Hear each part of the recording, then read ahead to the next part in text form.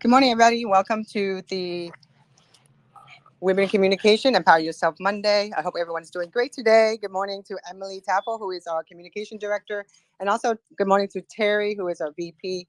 And our special guest today is Manuela. She goes by Toy Invade, so we'll get to know her more. She's from South Florida. Excited about this. Before we start every Empower Yourself Monday, I give the mic to Terry Michael, and she will lead us into a breathing exercise. The mic is yours. Good morning, Graciela. Thank you, Tanya. Good morning, everybody. Welcome. Wherever you are, standing, sitting, or laying down, gently close your eyes. Take a deep breath in through your nose. Exhale through your mouth. Again, inhale. And exhale. One more time. Inhale. And exhale. Keeping your eyes closed, gently breathing in and out through your nose now. Relax your face.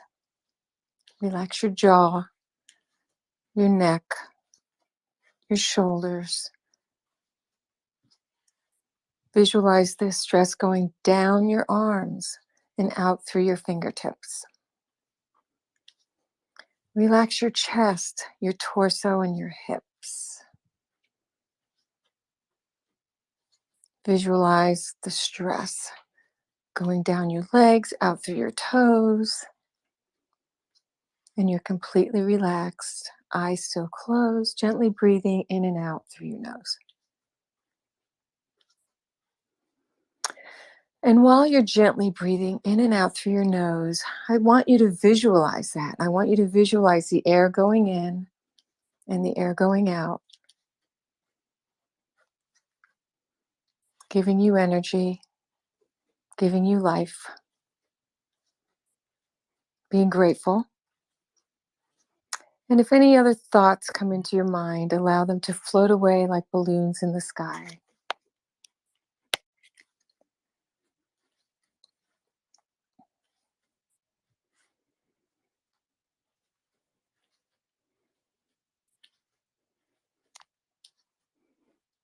And now, slowly open your eyes. And I have some closing thoughts here.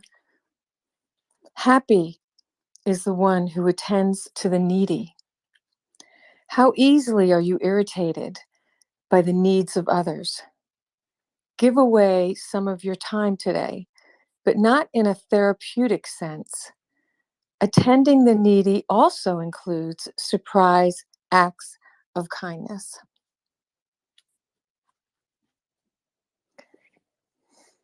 Namaste. May the divine in me honor the divine in you. Thank you.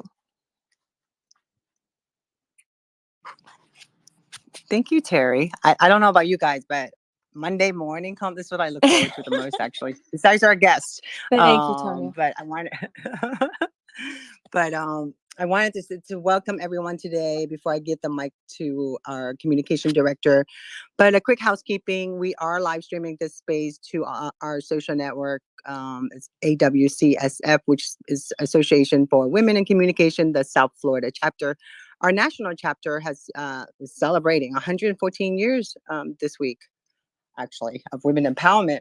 Was founded in 1909. So we'll share more about that. But today's special guest is Manuela Escobar. She goes by Toy Invades, and she's the founder and CEO of Toy Invades World. So I'm gonna read up, and I mean, tell you what I just like I said, I saw her post and I just wanted to go ahead and reach out to her. And, I know she was going to NFT Miami, but I want to just give you a little info about her. She's a street artist, a muralist. She's the founder and CEO of Toys Invades World. And she's from Miami. And she's into NFT, which I wanted to know more. But also she has 50 million views on her TikTok channel. And that's exciting too. So that brings me back to who we are for women communication in South Florida. So we've always we started out as a journalist school in Washington State, but as time went on, we actually started accepting new people into our organization, as far especially artists. I think Tom was there. We did a class with Robin White at the time. I think it was 2008 or 2009. We were talking about how communication is so key when it comes to the brand and also a personal branding. And so when it comes to that, we thought more about it. So we started having more conversation with artists. But then when you think about artists, you think about artists and you think about graphic designer. And it's a whole new world because in 1909, we didn't have graphic designer. Women communication were just excited about just being able to start our own magazine. So that's why today we look at the world in a different way. So next week we'll be doing a class about AI. We're talking about metaverse. But so I'm gonna go ahead and give the bio to Emily. But I want to just the the microphone to Emily so that she can continue, because I think she would love more about what Manuela is going to talk about, because it's just what Emily's into. Because Emily's has a lot of client in Miami and she does a lot of cool stuff in art. So I just thought would be a great opportunity for the board to get to know her. And we're always looking to empower women, but we always love to feature a woman that's empowering herself. So Emily, the mic is yours. Thank you, Tanya. Good morning, everybody. And sorry, I'm a little sick today, so that's always fun on a Monday. But good morning, Manuela. Thank you so much for joining us today. Thank you so much. No, I'm so excited to be here. I'm so excited to talk to you. I love your stuff. Like I started looking when Tanya introduced your name as a potential guest and coming on, and we started looking into what you're working on. I was like, how cool, like this combination of art and toys and NFTs. And I mean, there's a lot of crossover in general nowadays in the tech world and the toy world. But I loved how you brought art and the metaverse together as well. And I would love for you to tell us a little bit about your background and how you found yourself to where you are right now, bringing all of these different worlds together. Yeah, for sure. And again, thank you guys for the opportunity and having me come on here this morning. My voice gone because this weekend was just so fun. I was at Miami NFT Week, and there was so much network. Meeting with all my friends, like from Spaces and IRL, is also like really cool and neat too, to share like real like moments in real life. And so a little background on like how I integrated into the Web3, or just like in general of what I do. Well, tell us a little bit about you. Where are you from? What's your background in overall? And then how did you find yourself coming into Web3? Okay. So my name is Manuela and I go by Toy and Vase on the street. I am a street artist, muralist. Um, I am from Colombia. I was born there in Medellin. And then I came to the States when I was about 1. So I basically kind of consider myself American, but my background is Colombian. I mean, and I speak Spanish. I'm very much involved in my, like, I really love my cultural. So that's that. I always was into art, but coming from like an Hispanic background, and also like first, even though I wasn't born here, I was raised here, and I was the first like generation to complete like school and to learn English. So they had, I guess, high hopes and expectations for me since little, that I was going to go to college and I was going to like go be a doctor or like a lawyer. I don't know. But from always a young age, I always had this desire to just color and create things. I just loved just creating anything really. It could have been with music, it could have been with making little plays. But it was never encouraged to do anything with it, so it was just always, never thought anything of it.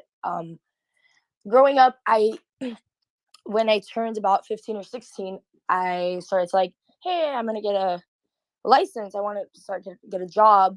And that's when I realized, and my mom told me that I'm the oldest of 5 girls too. So it's talking about women empowerment. I have a full house full of women. I have 4 little ones that look up to me. So it's like, it's a lot, but I love it. And I love my big family with girls.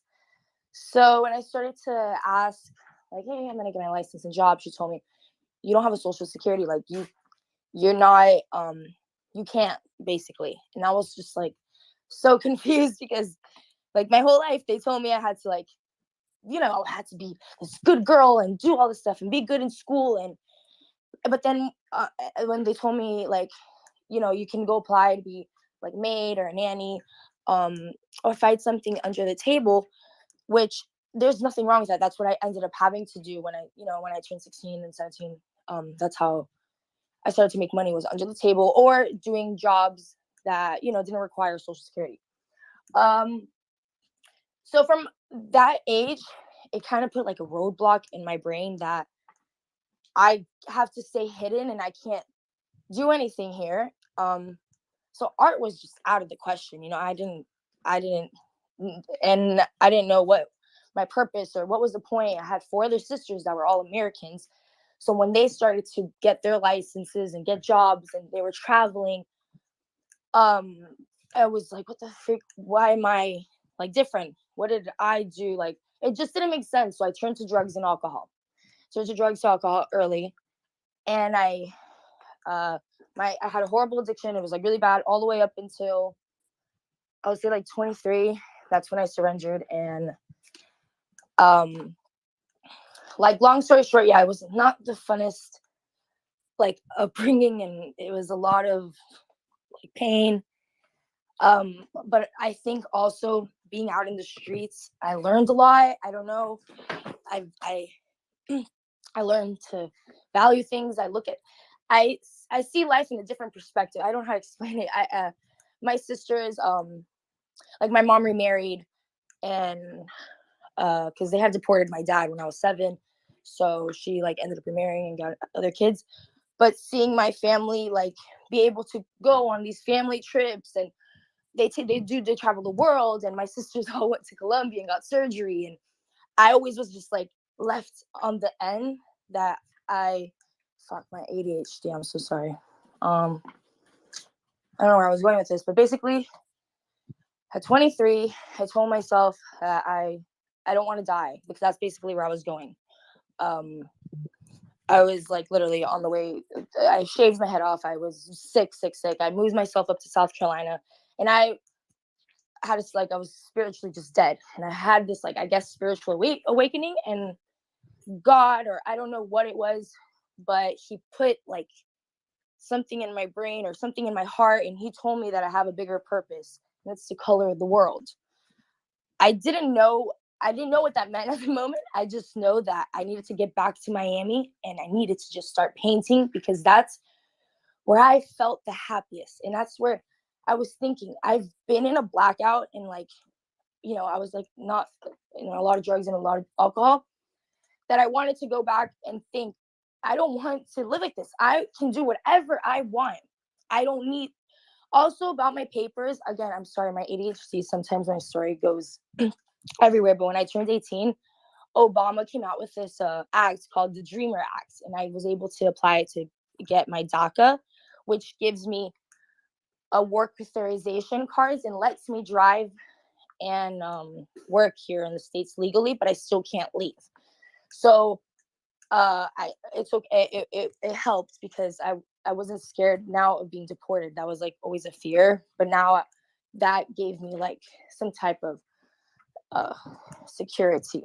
So anyways, moving forward, let me get some water. And thank you for sharing so much with us, because your story is so inspiring. Like, I know when we're in it and we're living it, it's hard. And there is so much that goes on in this world that is like, that is tough, and it feels alone, and it feels like we're the only ones. And there are probably so many other people who will hear your story and have heard your story, and it resonates to them, and they're going through something that this speaks to them. And hearing you even just say like you wanted to color the world, and coming from a place of blackouts and darkness and feeling so low and wanting to bring color into the world, like that's incredible. That speaks to me. And so I just want to say like thank you for being so open about your story as well. No, thank you so much. I thank you. So I continuing. Oh, I'm sorry, my ADHD. I was talking about. Do you know where I left off? Oh fuck. Sorry. Yes. No, you're fine. So you were talking about you were finally able to work, and you got your papers, and you were coming back to Miami to come back and paint. Okay, yeah. But because the papers, that wasn't like, that was just like a security, but I still I was able to also get a job as a server. So anyways, when I came back to Miami, I told myself that I wanted to restart my life. I wanted to reinvent myself. I didn't want to be defined by my past and my circumstances and the cards I was given. I didn't want to look at it as I was, why me? Why don't I, like, how I was looking at it since the beginning, feeling very confused by my circumstances. But it's okay, because I believe and I look at it now that these circumstances I had to go through and experience the stuff I had to experience to be able to get to where I am. Like, Toy would have not been created if I didn't go through all this. So it's okay. But I can't wait to talk about Toy. So when I came back to Miami, I was like just really inspired. I was excited. I like, it felt like I don't know, I woke up and I was living a new life. I was working as a server at a restaurant, and I was really inspired by Banksy. He was like a really big inspiration to me. So at night, after like I would be working at the restaurant, I would go and start coloring the streets. Originally, I was going by my name, like my last name, Escobar, because I don't know, I guess I wanted to be like cool and like, oh, Escobar. But people, I guess, were affiliating it with, like, of course, Pablo Escobar. So they're writing Toy over my like tags, my art. And in the graffiti world, when they write Toy over your art, it means that you're not shit. Like, you're like, get the fuck off the streets. So I took it very personal, especially too because I think through my colors in my art, in a way, maybe you could tell I was a girl. I don't know. In the graffiti world, it's very male dominated. So I was like, no, I'm gonna create this colorful bear called Toy, and I'm gonna go start coloring that bear all over Miami. So I started to color the bear all over Miami, and that became my, like, I was hiding behind Toy. I also didn't, when I wanted to start sharing my art, because I had like my personal page, and I used to just post like just pictures of myself, because in Miami, I don't know, it's something girls here do. You just post literally pictures just of yourself. But I was like, no, I want to create another page, and make a page with my art and share what truly makes me happy, and I want people to see it. But I was like, I don't know, like, not embarrassed, but it's scary, like sharing like a vulnerable side to the world. So I wanted to also hide behind someone. So this was also Toy. I wanted to hide behind Toy. And this was in the beginning. Now, I've come out, and I think I revealed myself like a year into Toy. And I was like, hey, yeah, I'm Toy, which is so funny. And that was cool. So when I started doing Toy, I was working at the restaurant, and one of the waitresses, he had just came here from Cuba. I don't know, like, we're really close to Cuba, so we get a lot of like just Cubans, immigrants that get here, and it's like I love seeing them here when they get here and they're working, because they're just I don't know, their stories are really cool. And being not able to travel outside, seeing, like, that other countries, have it way different, and like just how grateful and I am to be here. But anyways, he was telling me that he went on TikTok and like was getting paid on there, and I was like, how are you getting paid on TikTok? Like, this is insane. And he didn't even speak English. I was just very like impressed, like, wow. And he's like, yeah, I'm gonna quit like my job. I'm going to start doing TikTok full time. I was like, that you could do that. I was like, okay. So I went to my apartment. I went home, and I remember I started just painting like my walls, and I started documenting it on TikTok. And I started doing like this tape maze design because I just was exploring, and I really liked tape, and I like the structure the lines do, but I also like chaos and mess, which is like, if you see, I think it's on my page, which is like my signature tape design. It's like this colorful chaos behind the structured tape design. I think after like a week of me posting that, I went viral, and I went so viral that it was insane. I swear it was really crazy because my whole life I was never seen. I was never I just felt like I was in the shadows, and I wasn't really meant to be here. Like I didn't feel I had a purpose. And to go and wake up and have literally millions and millions and thousands of new followers, I was just like, what the heck? This is insane. And then I started to get like emails like to booked out. And this was 3 years ago. When I went viral, I was able to quit my job. I gave them my 2 weeks. And since that day, 3 years ago, I've been fully booked on murals still. I just got sponsored by University of Phoenix. Like, it's just insane to me. Like, I'm working with Rolls-Royce to do a mural for them. It's like, I can't believe the doors. And I truly believe it was like God. I had to believe too, because he was guiding me the whole time. And I would be like, yo, I don't even know how to paint. He's like, well, figure it out. Like, just color. You need to just color. And I'm like, but I don't know what I'm doing. Well, just go with the flow. I don't know why I'm doing it. Because you have a bigger purpose. Like, keep going. Well, sometimes when I question, I don't want to be here anymore. I don't, sometimes I get back in my darkness and have to just remember that I have to bring the colors to the world. And that is what brings me the most happiness. When I am out in a mural, I am the most happiest. When I'm doing something with my community, I was the most happiest. So going now into Web3, I I then created Toy Invades. I made that in my LLC, and I created a business around toy, a mural business. And with my TikToks now, I can also offer now like promotion to brands and companies, and I can give something back. And it makes me feel really good inside, because again, like no one ever really wanted anything to do with me when you're really on drugs and alcohol, to turn around to like having people want to do stuff with you.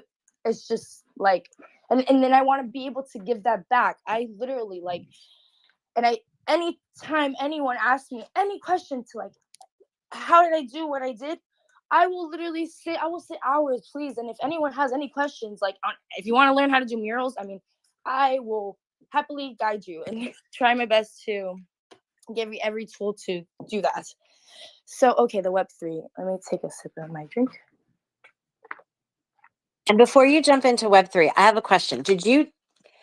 I recall in Miami, and I do have a lot of clients in Miami, and for a while I was working with like Concrete Beach and Dogfish and everybody down in Miami.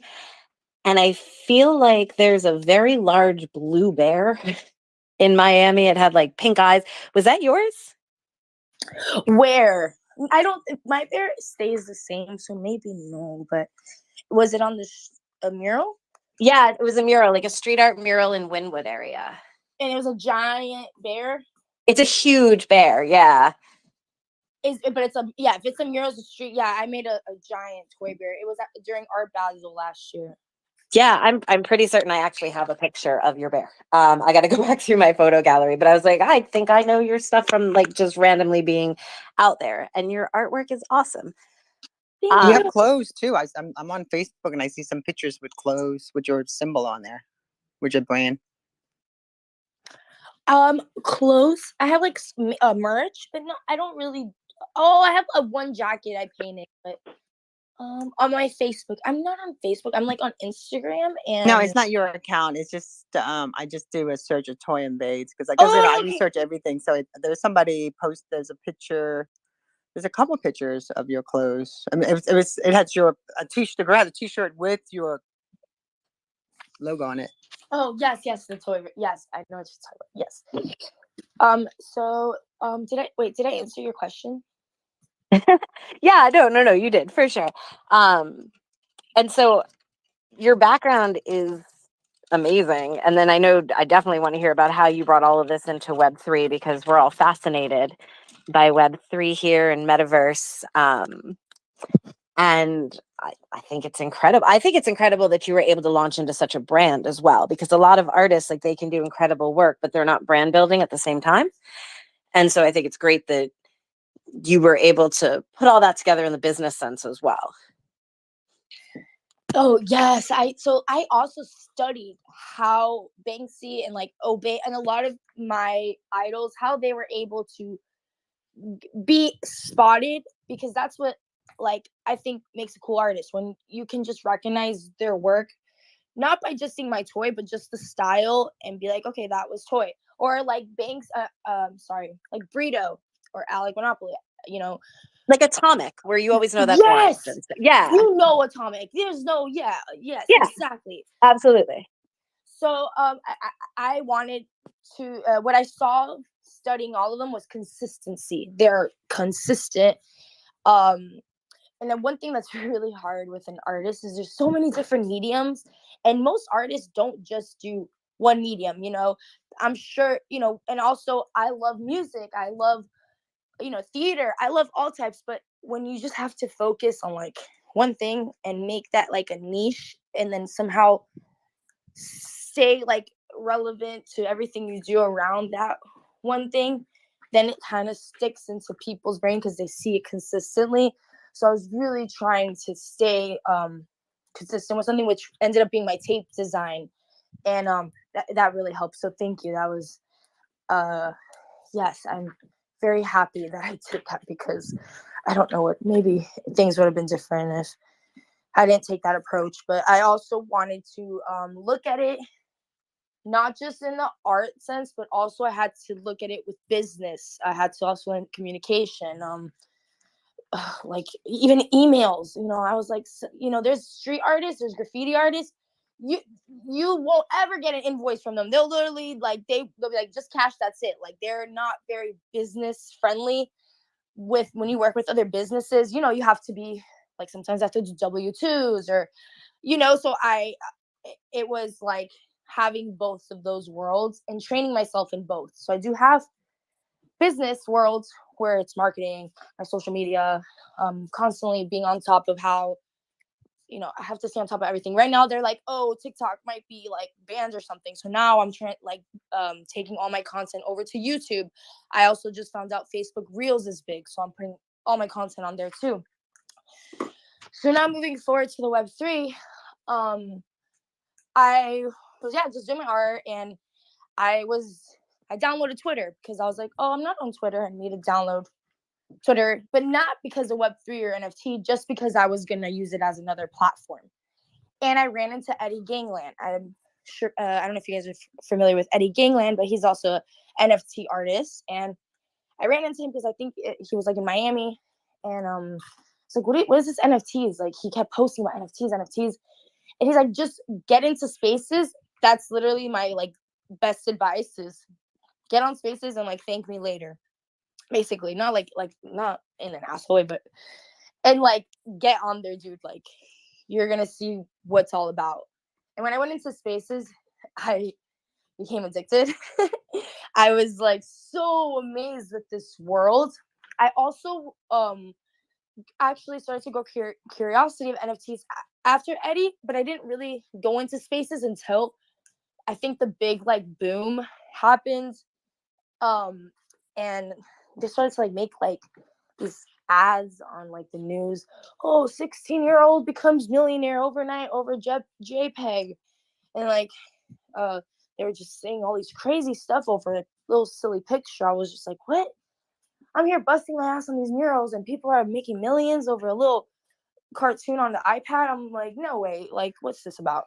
So when I got in, again, I was just fascinated with, it was not about like the money. It was about the community and how I like, when I was saying before, what made me happy is coloring the world and doing stuff with my community.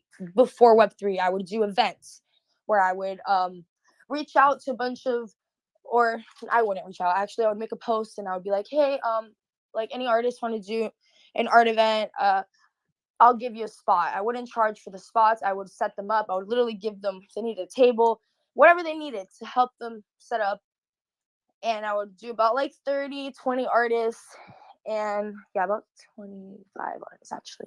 And I would put them around in a venue and I would have an event. I would get sponsors, and I would get like my 360 booth and like a DJ. And I made a whole event around these artists. I wouldn't make $1 from any of this. I just did it because it genuinely made me have joy to see other artists succeed. And I gave them the tools that they need to be successful at these art shows, because that's also how I started out. I was doing like live art shows, and I didn't realize how like hard it really is actually to they like also charge a lot of the artists here, and that was another thing I didn't like. To get a spot in like a nice event here in Miami, sometimes you have to pay like up to like $500 for like a booth, and like you're not really guaranteed you're gonna make that money. And that's a lot of stress to go into these events and have to, you don't know who's going to be there, you don't know, like, and people just pocket, and that's how they make their money. They just go off of the booths, and I think that's so messed up, because a lot of the artists that are doing it is like a side thing. So like to have their one day off to go over there to pay $500 to not make the money, to have someone stay with the kids, to like have done all that work to set up, to set down, that's so fucked up. So that was one of like my motives why I like to do these shows. So anyways, moving into the Web3, I started to learn about how NFTs had utilities and how they were using them with their like events and their art. And I was like, wow, this is so cool. I can now make a real community. And everything I was doing before, I could do it like more like organized and make sense. So I just started learning about NFTs and Web3, but I didn't do anything because I had to learn. It was actually like a whole new language coming into Web3. Like I remember when I came into spaces, like they would talk about like gas fee. I was and like minting, and I was so confused because I'm like, why do you need gas to go get something? I was like, do they actually? I thought that you had to send money to someone, and like this man, they would all like send money to a guy, and he would go and put, I don't know, the files on the truck, and they would take it to a special place to like download the data. I don't know. So it was just like so funny learning the Web3 language. I actually ended up having a burnout from Twitter Spaces. I didn't even know that was a thing. I was so immersed in spaces. I was in there literally like 24/7. That I forgot that I had to like eat and sleep and get off my phone and be human. So I was off spaces for like 6 months. This was like last year. And then when I was off spaces, I went into kind of like a little depression. It was like kind of weird. And I was like, no, I have to do things now with balance. Like it's also a whole new learning game for me for everything. But it's okay. So balance was key in the spaces. I needed to have balance. So when I do spaces, I take breaks.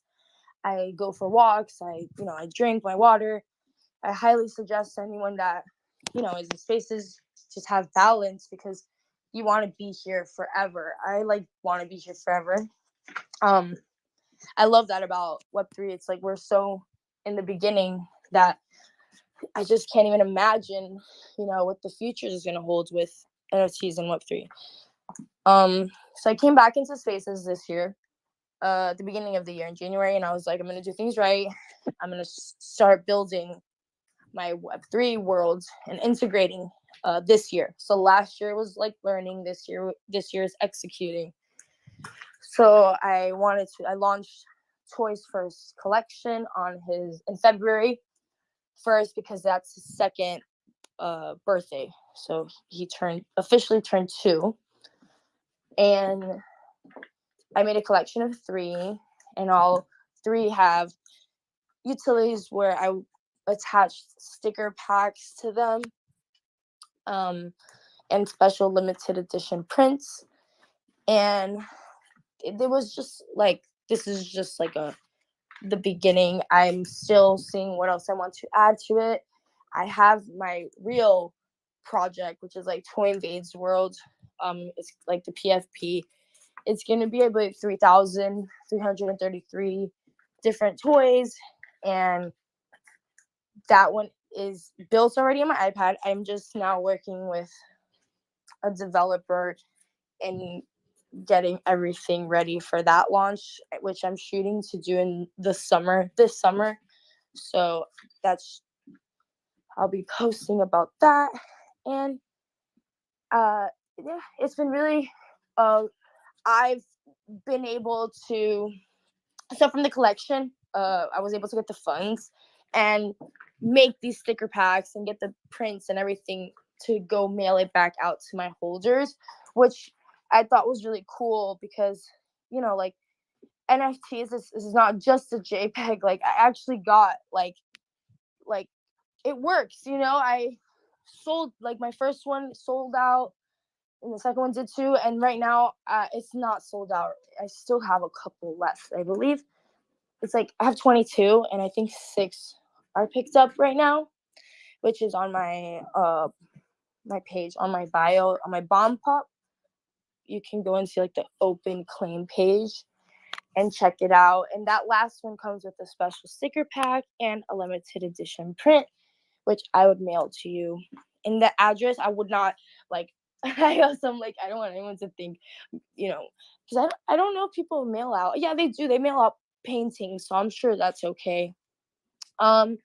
So yes, I'm happy to answer any questions. I do well with like a direction, because my brain can just be like, just go all over the place. But I try to stay on, story track. You're wonderful, and I really like listening to you.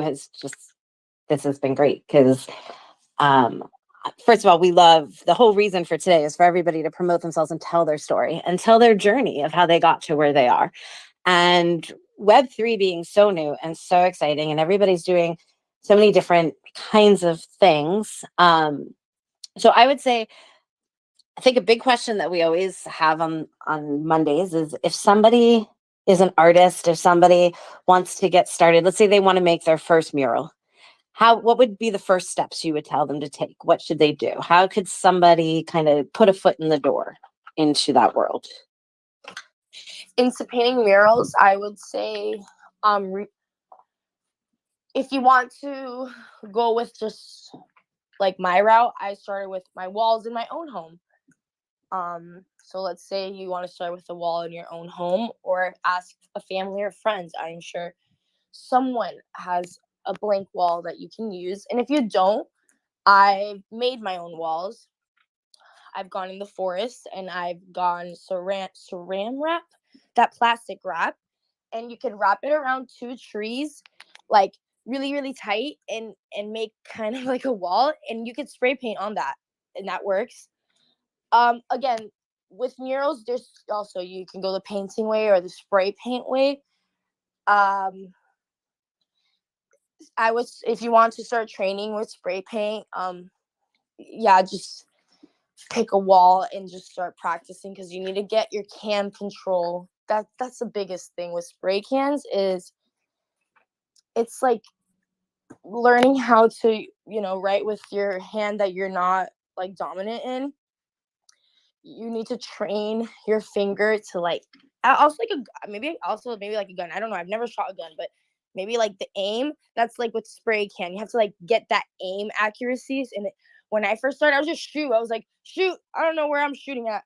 But now I have the can control, and I can like exactly guide the can. Also, with spray cans, there's different caps. I didn't know that when I started. I thought it was just one cap. There's different sizes. So yeah, so when you go to your spray can store, you ask them the caps. Interesting. See, that I did not know. There was a public art at some event, and they had a huge canvas and everybody was able to come over and spray paint. And I will tell you 100%, like that aim and your hand control, I didn't have. It is difficult. It's harder than you think. Not that easy to spray paint on a wall. So I'm always impressed with the accuracy and the detail and like the level of artistry that mural artists can create, because it's really not that easy to do. But I didn't know that there was different caps either, so that's cool. And then let's say somebody is an artist and they have artwork and they want to jump into the world of creating NFTs. What would be your first piece of advice for them there? To first thing I do when someone's like, what's NFTs and what is Web3? Download Twitter and get into Spaces. That's literally the first thing I say. It's free, it's easy, and like if you are just scrolling nonsensely on Instagram and TikTok, take an hour of your day and replace that with a space. And I think just asking for help, ask around in the spaces. Don't like literally everyone or in the spaces, most of them, because I know some spaces are super structured and organized, but I try to go to the smaller ones. They will help. So that would be my advice. Just ask out for help in the spaces and you'll get some type of direction. And I love that. And I think that's like one of the biggest things is I do feel like it's very hard for people to just admit, like, I don't understand this or I don't know how to do this. But Web3 is so new. And I keep saying, like, nobody's 100% an expert at it. So ask for help, reach out, like, create this community and collaborate instead of feeling like, oh, I don't know. It's let's collaborate and let's create. And the people who don't know as much can come in and offer new perspectives too. So I feel like it's beneficial for everybody. And especially, I'm going to say this every single Monday, especially for women, because we can create more equity and equality in the metaverse. Yeah, thank you. Yes. It was so funny. Oh my God. In the Miami NFT week, I was there. Oh, it's just, it's such a shock. Tell me more. I want to know more about that, by the way. Yeah, because you know why? Because I was supposed to go. So everyone kept asking me for tickets. They want to go, and I was like, no, I'm not going to go. But I know one of the speaker, his music. Oh my God, I just went blank on his name and it's his project. But he was main speaker talking about music NFTs. I have to look up my notes. But he was there. I was going to come see him, but I didn't even think about it. But then there's like this you know, one thing bad about the Miami NFT event was that they shouldn't have done it during and I asked everybody about this too. They shouldn't have done it during the Winter Music Conference. And it's literally like NYC is like literally like, isn't it next week? And then before that was LA NFT. I mean, it was a lot for a lot of the speakers.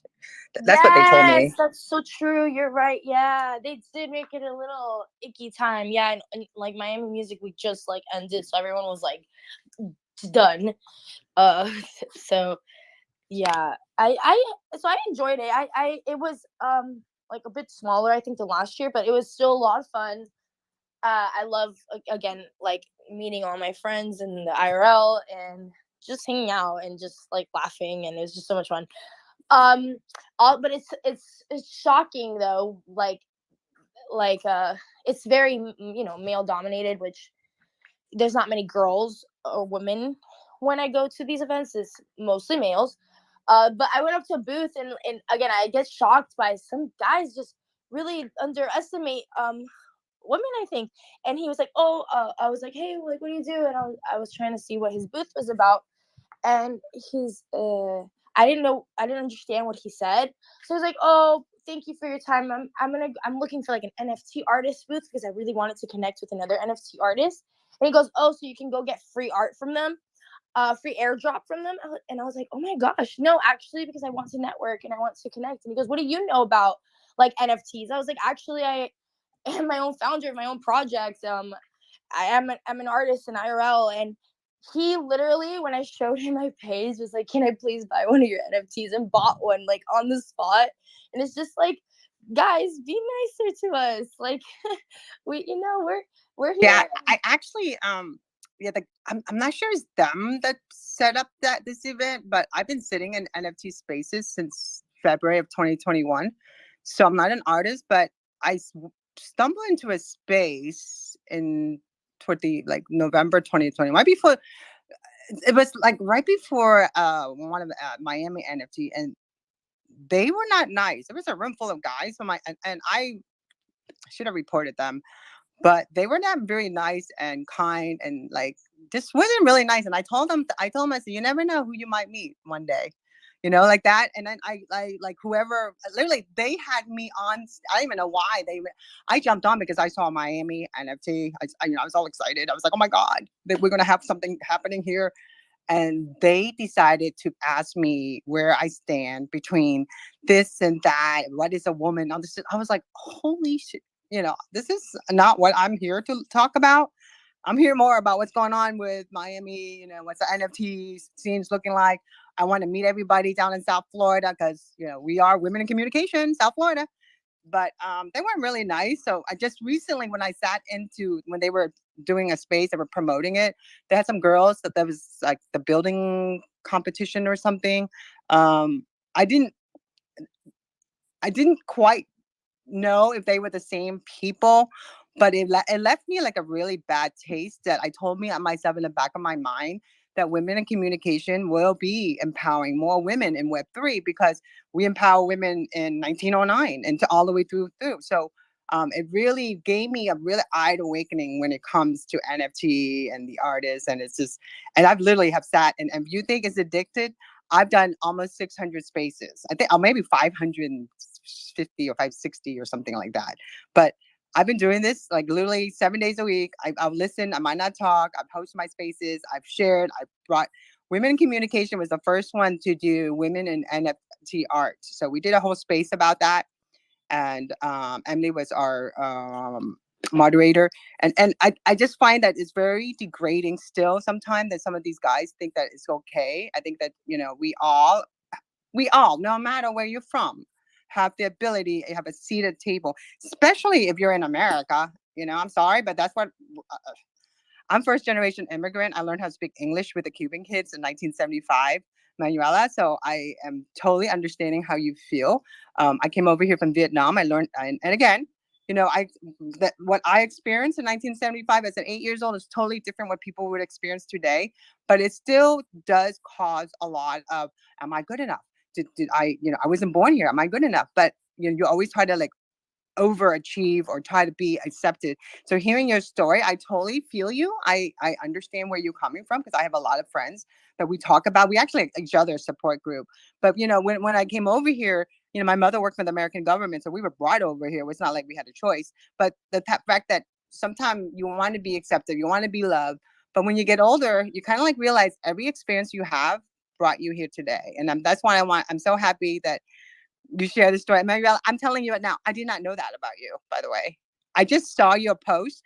I saw your post of the your stickers that you were making as your utilities. And I've been talking about utility in all these spaces. Like literally, like what's your utility? What are you giving away? It got to be more than just and who are you helping? What are you giving back on?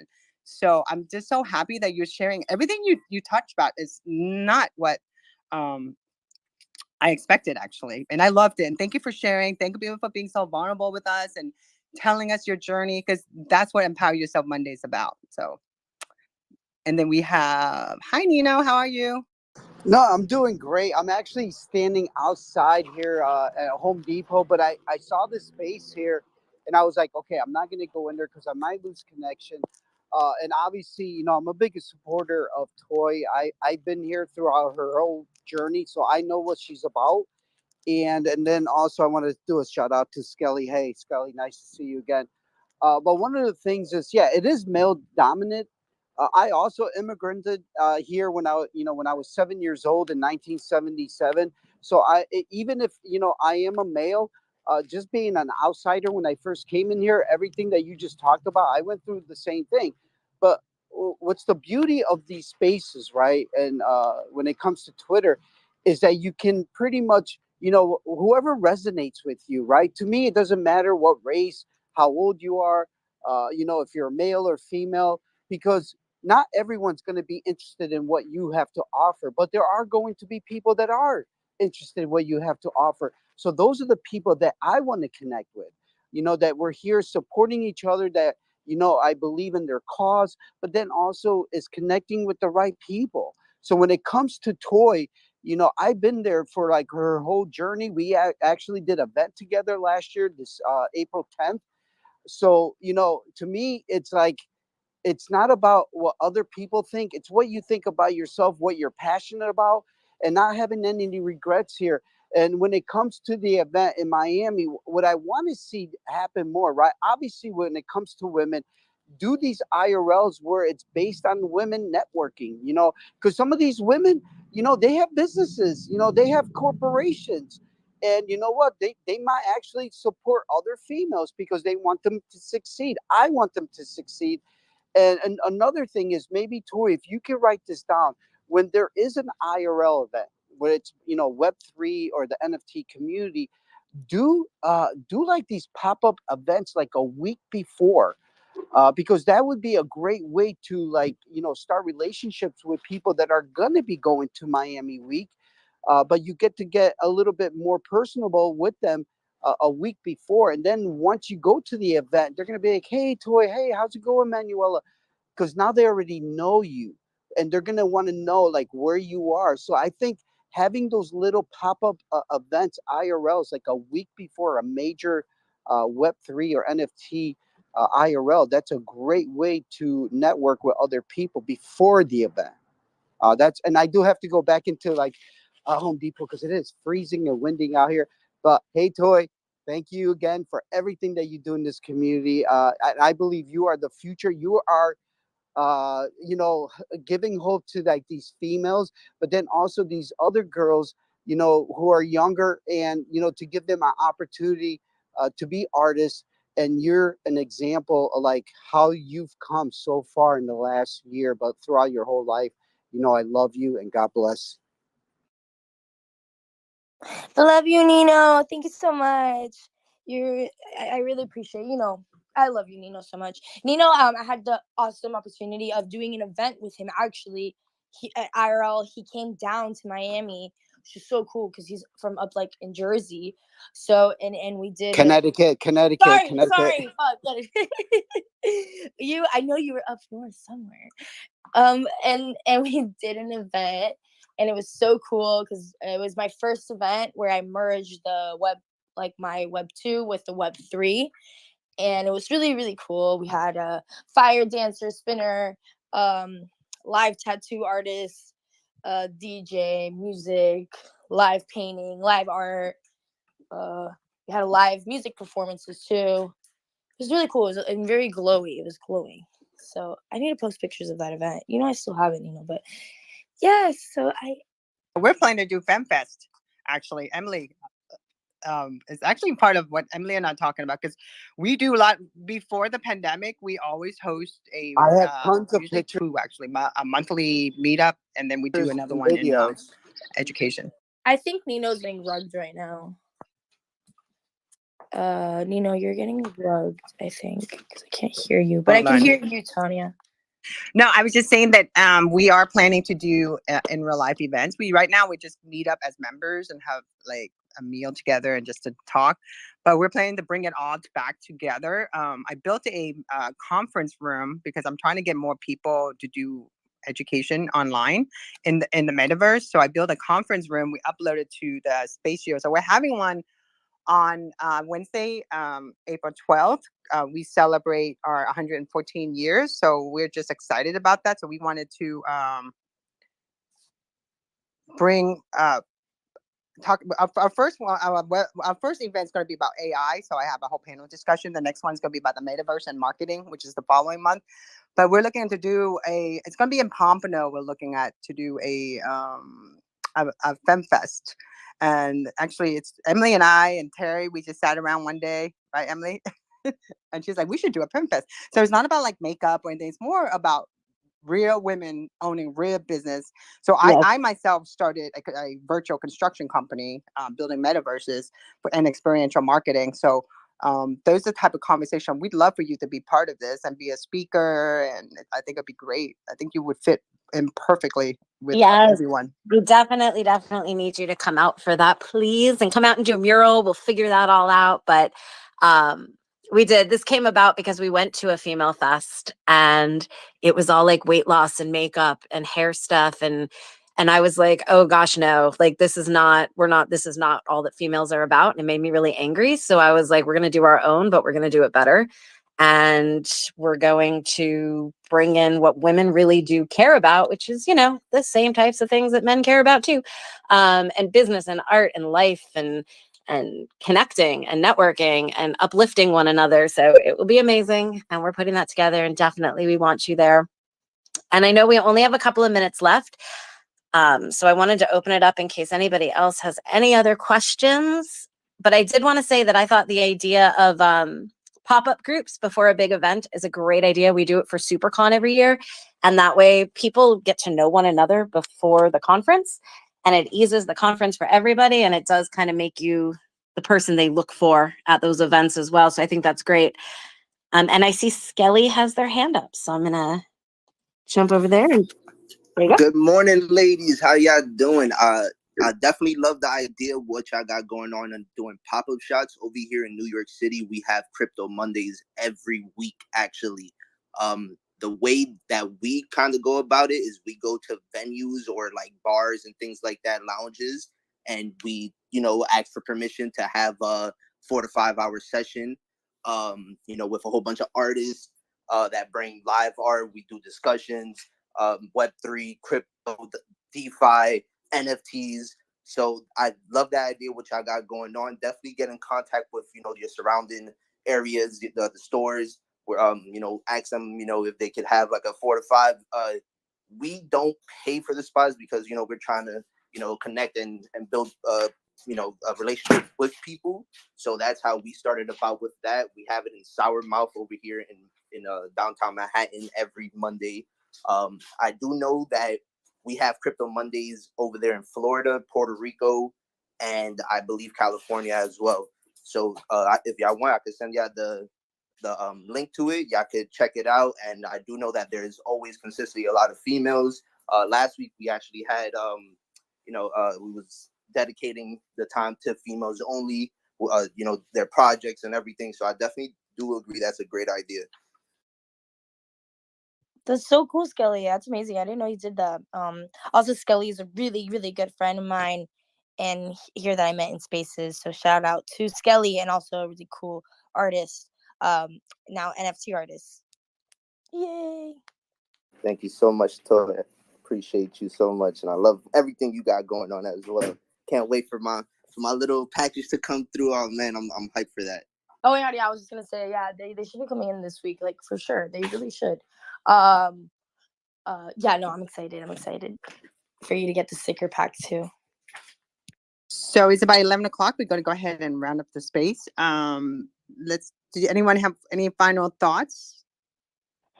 I just want to say that I love that you took this slang of toy that was a negative and turned it around to something so positive. And I think that's a huge lesson for everybody out there, and that it's all in your perspective, and just to keep on going. And every day is a chance for something new and how you can completely turn your life around. So I think you're super impressive and super inspiring. Can't wait to meet you in real life, and certainly talk to you about FemFest and all good things to come, and just watch you continue on your work. Thank you so much, Emily, and thank you so much, Tanya, again for having me here. And yes, I appreciate you all. And I know we have to wrap up, so. So do you want to tell us how to get a hold of you? What's the best way? Yeah. So really my email. But when we start to like through my email, I can give you my phone number, and or I can just DM you my phone number. That's cool too. But yeah, if anyone in here, if you want to reach out, yes, you can shoot me in the DMs. But when it comes to like work or business, I do prefer emails because I do check that regularly. It's sometimes hard for me to check all my DMs on all my social media platforms, but I do try to stay on top of Twitter. So that's and I do weekly spaces, 10 a.m. Thursdays every week. So you can also find me in there.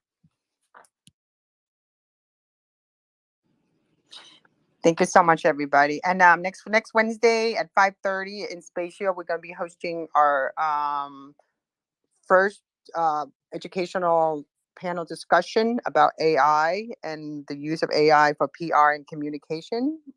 And will it change the industry, or will it boost the industry? So stay tuned for that. We already set it all up, and we'll be giving out some codes to get in for free. We're charging $10 for this.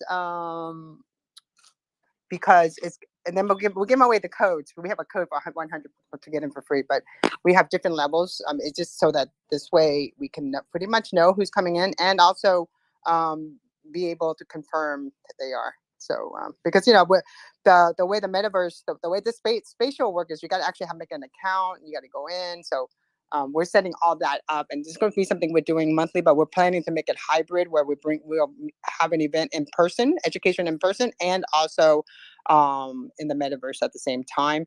And that's where we bring in the FemFest and everything that we're doing. So, and again, everyone, thank you so much, and we appreciate you being here. And we will be back next Monday at 10 a.m. for another episode of Empower Yourself Monday. And again, we celebrate 114 years of women empowerment as of April 9th. And we're thrilled about that since 1909. So again, everyone have a great day. And thank you, Manuela, for being here. And I look forward to watching you blow up and literally grow. I mean, I'm just so impressed with all your postings and your work too, by the way. So again, thank you. Bye, everybody.